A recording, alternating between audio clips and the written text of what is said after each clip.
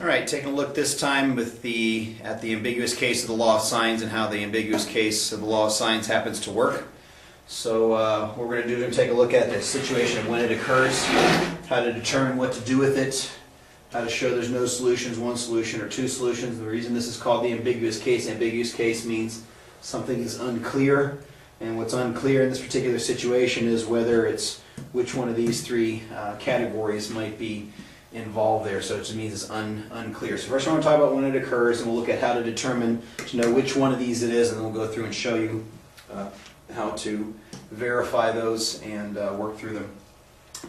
The ambiguous case of law of sines occurs when you have an SSA situation, and you have two sides and the angle that's not in between them. Remember, SAS would be a law of cosines problem. I might as well go write them all down. Side, side, side, side, angle, side. These are law of cosines problems, and ASA and AAS, these were law of sines problems. This is also a law of sines problem, but it's different than those because it's finding angles instead of finding the lengths of sides. So it occurs in an SSA situation. So in general, you'll have a situation like this, where you have a triangle where you know the angle, you know the length of a side, you know the length of the other side. And what happens here is it's a law of sines problem because I have a pair. These two angle and side are across from each other, which does make it the law of sines.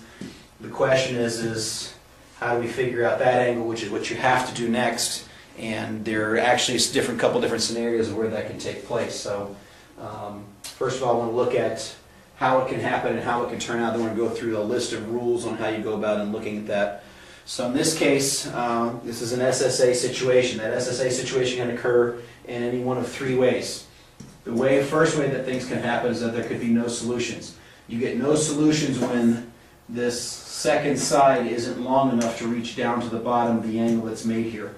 Now, a lot of students realize this is not a side. What I'm doing is I'm kind of like extending it off forever. There's a side there, but I don't know exactly how big it is.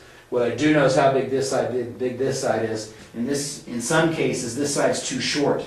It doesn't reach down to the bottom, in which case you have no solutions. We'll calculate how to know whether it can reach down there or not in a couple minutes.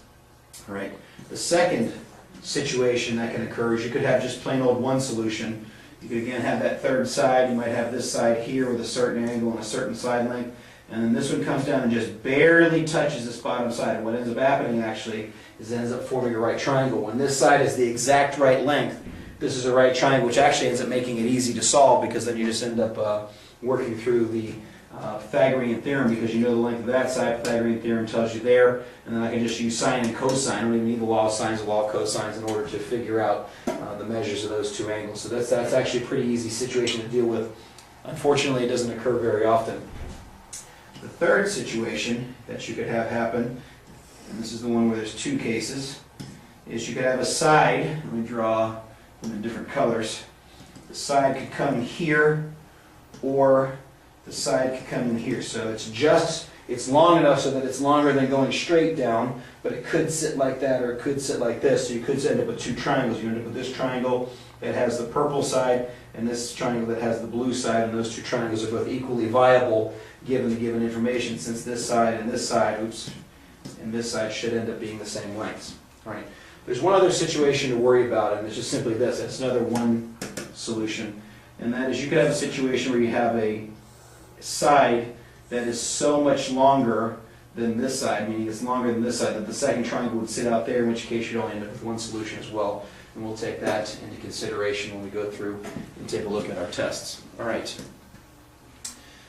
Now, what you want to do here is you want to take notes and pretty much copy down what's going to happen here. There are two steps you go through, and they're both based on an if-then situation.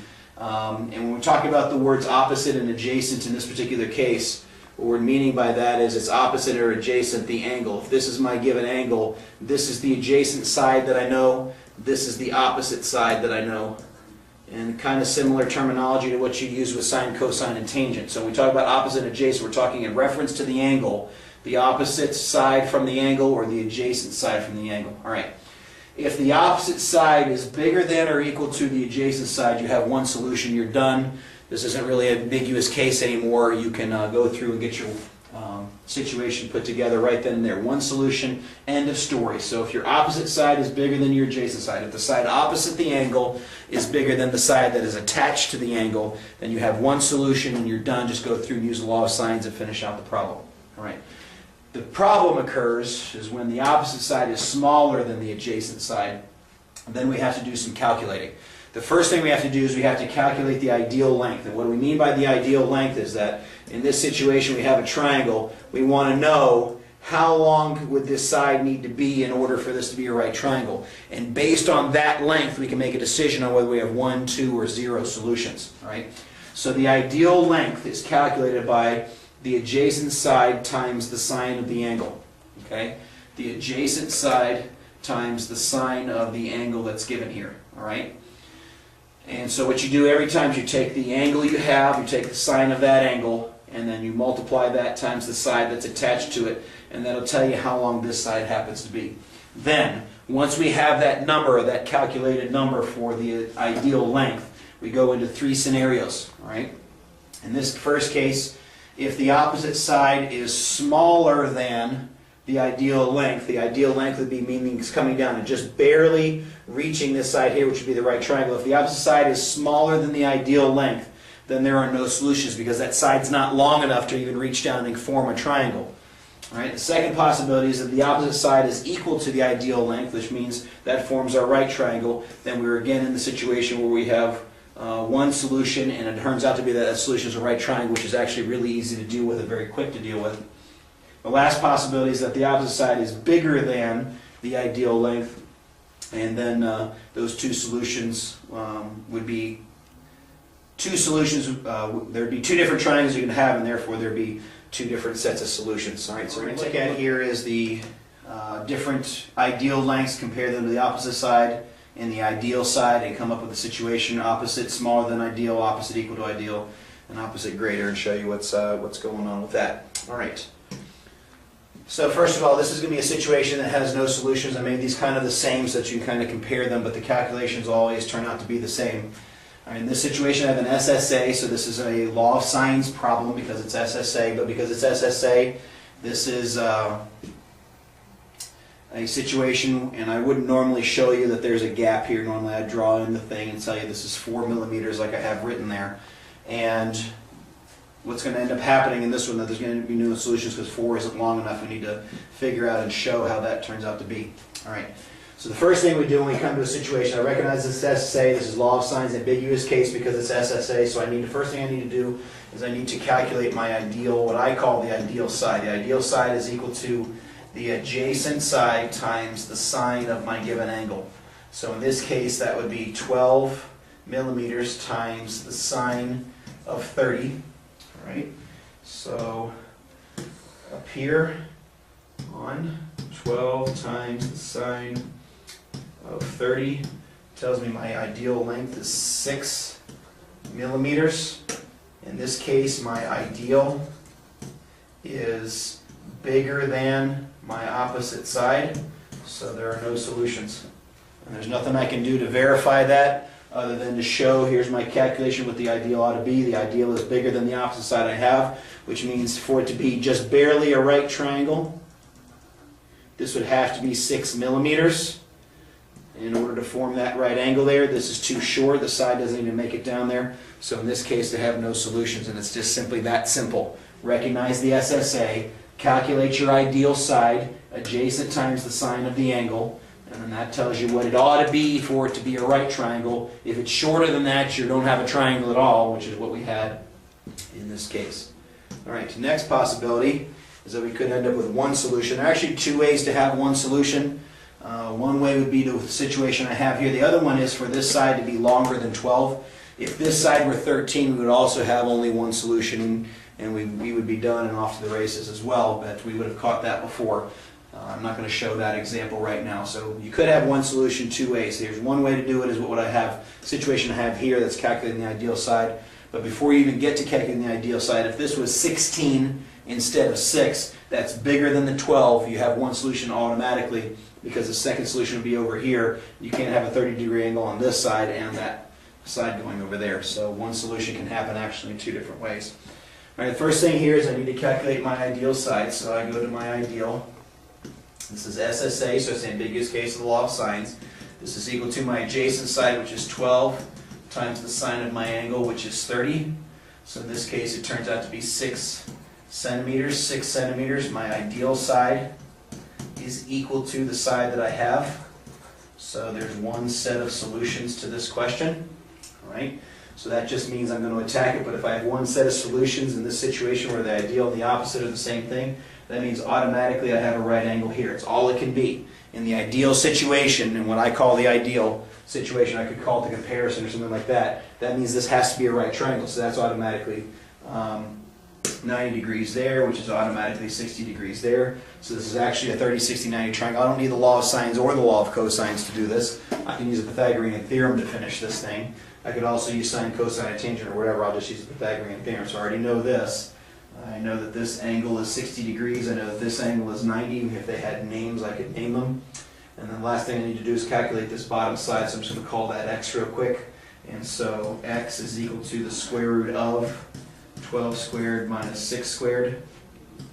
And some of you may recognize this is a special right triangle. It could just multiply by the square root of 3. It's going to give me the same answer either way. So I'll just do it this way. Since I started it that way, the square root of 12 squared minus 6 squared tells me that it's 10.392.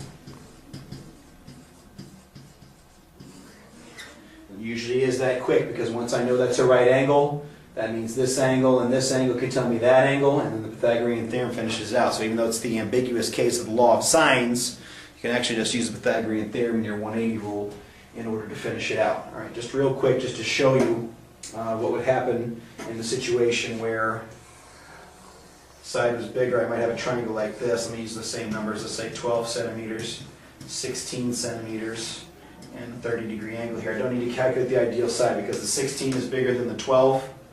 I can't have a second triangle. This is the only one that it can possibly be. I will need the law of sines in order to solve this situation. I need to use the law of sines here because this is not a right triangle, so I don't know anything about the measures of the angles. So I'd have to say the sine of 30 divided by 16 is equal to the sine of x, if this angle is x, divided by 12. Once I solve that, you already know how to solve the law of sines. It'll tell me the measure of x. Then I use my 180 rule to find the measure of this angle. We'll call that y just real quick. And then I can use either the law of cosines or the law of sines to finish out this last side. So just do that calculation in that manner. The law of sines, even if this is an obtuse angle, is okay because law of sines is only a problem when we're finding angles that are obtuse. That's the only time you have to worry about the law of sines. So I'm not going to work that one all the way through because that's just like what you would have done with your regular law of sines. That's able to be accomplished that way. All right, now for the beastie, finding two solutions. There are two solutions here. This is an SSA situation, so I know it's the ambiguous case of the law of sines. So the first thing I do is check, is this bigger than that one? Unfortunately, no, it is not. So now I need to go to my ideal side calculation. So my ideal side is equal to 12 times the sine of 30. I've already done this calculation a couple times and I've used the same numbers on purpose. The ideal side is going to be 6 feet. 6 feet is smaller than 9 feet. And so in this case I have two sets of solutions. Alright, so what I do is I calculate one set of solutions as if there aren't two, and then I use that first set to find the second set. So here we go. 12 and 9 and 30. I'm going to go after this angle, so I'm going to call this angle x, angle y, and side z, and I'm going to attack them in that particular order. So the sine of 30 divided by 9 is equal to the sine of x divided by 12. By the way, this is going to be an acute angle, because if this side's too long, if it's sitting over here, it'll be acute. If it's sitting over here, it'll be obtuse. So I have to go after the acute angle first, because the sine will not tell me the value of an obtuse angle. It will tell me the acute, so this is going to give me an answer that I can actually use. So doing a little manipulating here, we have 9 times the sine of x is equal to 12 times the sine of 30. So the sine of x is equal to 12 times the sine of 30 divided by 9. So x is the sine inverse of 12 times the sine of 30 divided by 9. So up comes calculator. I want the sine inverse, parentheses, since I have a compound numerator, 12 times the sine of 30, close, close, divided by 9, close again. That closes off the sine inverse. This is the numerator, here to here. This is the sine inverse here, and this is the 30 there, lots of parentheses in there. So we find out that x is approximately, what was that, 41.810. Now, I do need to start saving these numbers, so I'm going to store this value in x. So store to alpha x. So I need that value. This is stored in x, and a lot of times I'll write off to the side. Here's where I've stored it. And so there's that value given there. All right. Next thing I'm going to attack is y. Y is easy. Y is going to be 180 minus 30 minus x. So this answer will be quite simple. So 180 minus 30 minus my last answer is 108.190 degrees. So there's the second answer. So I have my first angle here, second one there. I'm going to store that in y. So I have that value in case I need it later, and I'm going to need it right here. Now I need to attack z. So, being smart, the sine of 30 divided by 9 is equal to the sine of y, which I know, that's that value that I just stored in my calculator, divided by z. Alright, so this becomes z sine 30 is equal to 9 sine y. So z is equal to 9 sine y divided by the sine of 30. So I'll get an approximate value for z. Alright, so I'm just going to type that in. 9 times the sine of the value I just found for y, close, close, divided by the sine of 30 is 17.101. And in this case I'm using feet. So those are my three answers to the first set of solutions. Angle, angle, and then the side that I needed in order to finish this out. Alright, let's first of all do a little erasing, so I'm going to need some more space. So I'm going to get rid of my ideal side calculation here. Alright, here, change color, let's go to red. Alright, so the first solution I've done there in blue. The second solution is actually easier to calculate. There's a lot less work to do in order to figure it out. But you're going to have to understand the logic here in order to go through. The second solution, I then draw in on my picture heading in the opposite direction. So now it's this triangle. Z has moved to here. It shrunk down because that side went from out here and swung in here. This is still 9 feet here, and that's actually very important. X is now sitting here, and Y is now squeezed down in there. Now this is actually not that hard to figure out, so just pay attention. Because this is 9 and this is 9, this is an isosceles triangle. And if that's an isosceles triangle, it means that this value is also right here. Not over here. The x's are not the same. One's acute and this one's not. This one's obtuse. But I can use this x to figure out what this one should be. Right? Because this value in here is the same as what x was, which is 41.81. So now I can use the 180 rule to find x. So x in the red solution is 180 minus my old x.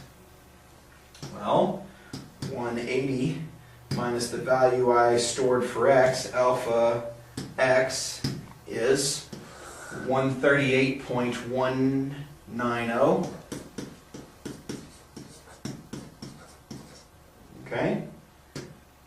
0.190. So that's the value of that. Now I need to store this in a different place, so let's store this to, let's say, just say A. Oops, do that. There we go. Store that to alpha A, and then I'll write here to the slide, since I'm using a different letter, that I stored that value in A. So now I know X, so I can find Y. Y is again equal to 180 minus 30 minus X, which is really the value I stored for A. So in my calculator, that's going to be 180 minus 30 minus the value I just got. So it's only 11 degrees, 11.810 degrees. So there's my first answer. Here's my second. I'm going to store that in B. Store that to alpha B. Enter. So I have all those numbers if I need them. Last thing I need to do is set up and find Z. So the sine of 30 is to 9 as the sine of Y is to Z. It's the same calculation I did a second ago. So I know that Z, just copying what I did over there in the blue, is equal to 9 times the sine of Y divided by the sine of 30. So, parentheses, 9 times the sine of Y, which I stored this time in B, so I need alpha B, close, close, divided by the sine of 30, and I get 3.684. This is going to be feet. And there's my second set of solutions. First set's in blue, second set's over here in red, and now I'm going to check both. I didn't model that on some of my earlier examples. I'm going to check them this time in order to make sure I'm right. Alright, so let's see here. Let's do the blue one here. The sine of 30 divided by 9 should be equal to the sine of Y divided by Z, and I did not store that number, so I'm a bad dog. I should have stored that one. I don't think I did. And then the sine of X should be divided by 12. And we should get the same number. I can estimate that they're the same even though I didn't store Z. So the sine of 30 divided by 9 is that. 0.05 repeating is what it looks like. And then the sine of my value I stored in Y divided by what should have been Z, but I forgot to store it, 0.101, is just off that, and that's probably because of my rounding error, so that's close enough. It's close to 5 decimal places. And then the sine of my value I stored in X divided by 12 is that same exact number as the one before, so my checking value is 0.05 repeating. And that lets me know that my blue set is right, and that almost guarantees my red set is, but I need to check it anyway, in case I made a calculation mistake here. So then in this case, that's going to be the sine of 30 divided by 9 should be equal to the sine of X, but in this case I stored it in A, divided by 12, which should be equal to the sine of Y, which I stored in B, divided by Z, which I forgot to store again, so 3.684. By the way, these will be the same values, or at least should be close to those same values that I already calculated. I already know this one's 0.05 because I did this one before when I did there, so now I just need to check the sine of A divided by 12. There it is again, and then the sine of B divided by 3.684. It'll be off by a tad, but to 5 decimal places it's correct. 0.05 repeating is my proper check. Alright, that's a lot. Law of signs, ambiguous case is a little bit to keep in mind. Obviously your whole test doesn't cover this, but you need to be ready for the ambiguous case of law of signs. Make sure you do your worksheets, make sure you do them with a lot of effort, make sure you ask questions if you have a hard time, and make sure you do your checks. Don't lose points because you failed to do your checks. So until next time, see ya!